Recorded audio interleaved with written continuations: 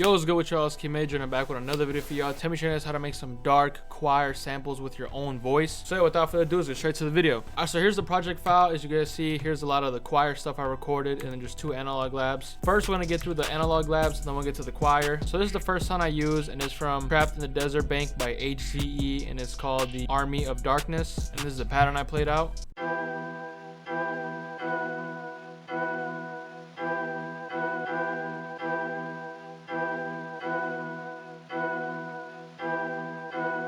So the BPM is at 165 and this pattern is extremely simple. Just this simple chord and I just took the middle note down, which was G down 1 note. And all I did was I created a progression with a lot of rhythm in it, switching between these 2 notes, G and then F sharp and G, F sharp. And then all I did is I highlighted those notes and I took them up an octave, copied it over, except in the last half, took the note down 2 more. And then I added no effects on here. All I did is I made it 41% more mono and then I panned it to the right. Now the second sound is also from Analog Lab and it's from the Opia Kill September Bank and it's called the Arctic Exploration and it's just a very dark ambient pad.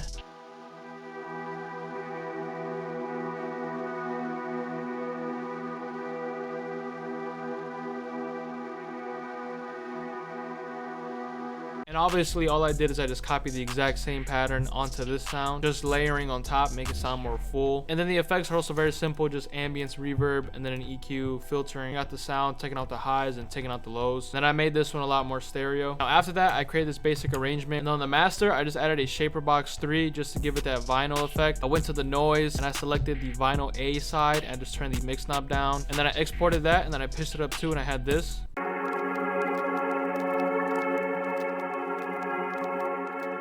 So after that, I chopped up the sample. First thing I did is I made it double the speed. All I did is I enabled stretch in the top left corner and then I grabbed the tail and then I just shortened it so it's double the speed. And then I would cut off the end of each sample to give it that chopping effect. And then instead of complete silence, I just added this little noise at the end. And then for the second half, I just did the exact same thing. And then of course the last section is both of them playing together. And like I said, I chopped off the end and I just put in noise instead.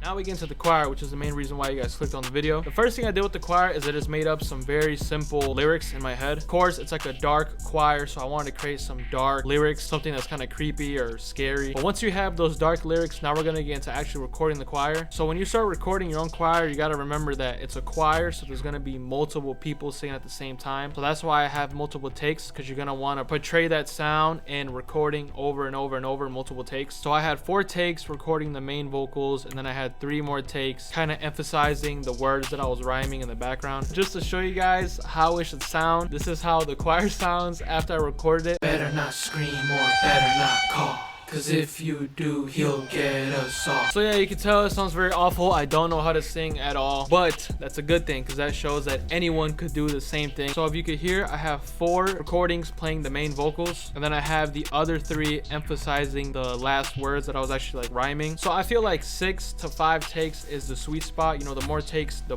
better, more full it's gonna sound, just like an actual choir. So here's where we start to actually put some effects on it and actually make it sound good. So the first thing I did is I highlighted all the takes I did and I went to the mixer track and I did Control Shift L, and that's gonna paste all of them into their own mixer track. All I did is I panned some of them to the left and some of them to the right, and I also made some of them a lot more stereo. This is really gonna help make your choir a lot more full and have a lot more space instead of all of them being mono. I want to spread them out and make it sound full. And then lastly, I just kind of leveled them, you know, lowered some of the volumes for some of them, and that's all I basically did. All right, so the 4 takes that I did with the main vocals, I routed to one mixer track. I just highlighted all of them, then I right clicked down here and I clicked side chain to this track only, and then the other 3 that I recorded, I did the exact same thing and I side chained it to its own track. It can have their own different effects. So the effects that I put are very simple. I first put ambience, reverb. I just put the default preset, turn the mix down. I put a tiny bit of delay. I just opened up delay bank and I turned the mix down as well. I'm going for that dark vintage choir sound, so I don't want it to sound too clean, so that's why I filtered out a lot of the highs. Then I also don't want to have lows in it, because then that's what the original melody is for, to cover more of the lows and mids. And then the last EQ is just turning down some of the harsh frequencies. And then I turned up the volume and I made it a little more stereo. And then for the second one, I did the exact same thing, ambience reverb. I put a little more reverb on this one, and then I put delay 3. Same thing, EQing it out, and then pancake, so it's panning left and right. So after that, I exported it into its own file, and this is what I had. Better not scream or better not call,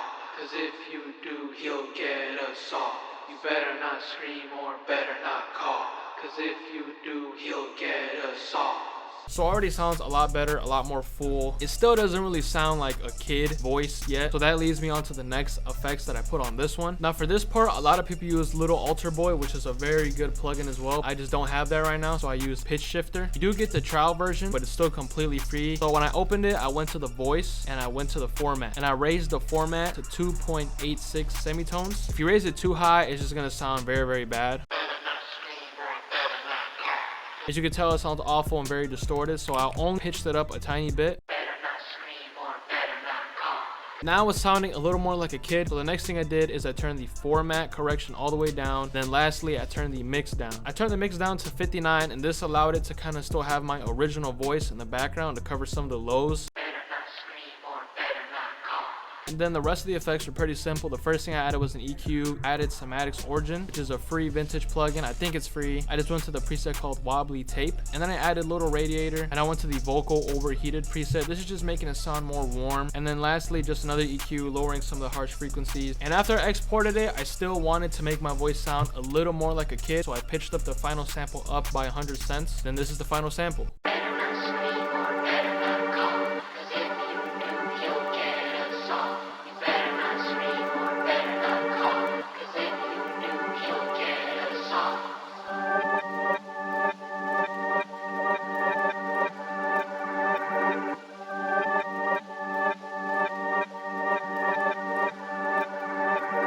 And that's basically the final sample. I made another video on how to make dark choir samples without your own voice, and I show you guys where you can find dark choir samples on the internet. If you guys want to see that video, it'll be at the top right of the screen right now. But other than that, yeah, I hope you guys did enjoy and learn something new. If you guys did, make sure to leave a like, comment any video ideas, and subscribe and hit the bell so you don't miss any more videos. But that's basically much it. Lastly, follow me on Instagram. It's at the bottom of the screen right now, and I'll see you guys in the next video.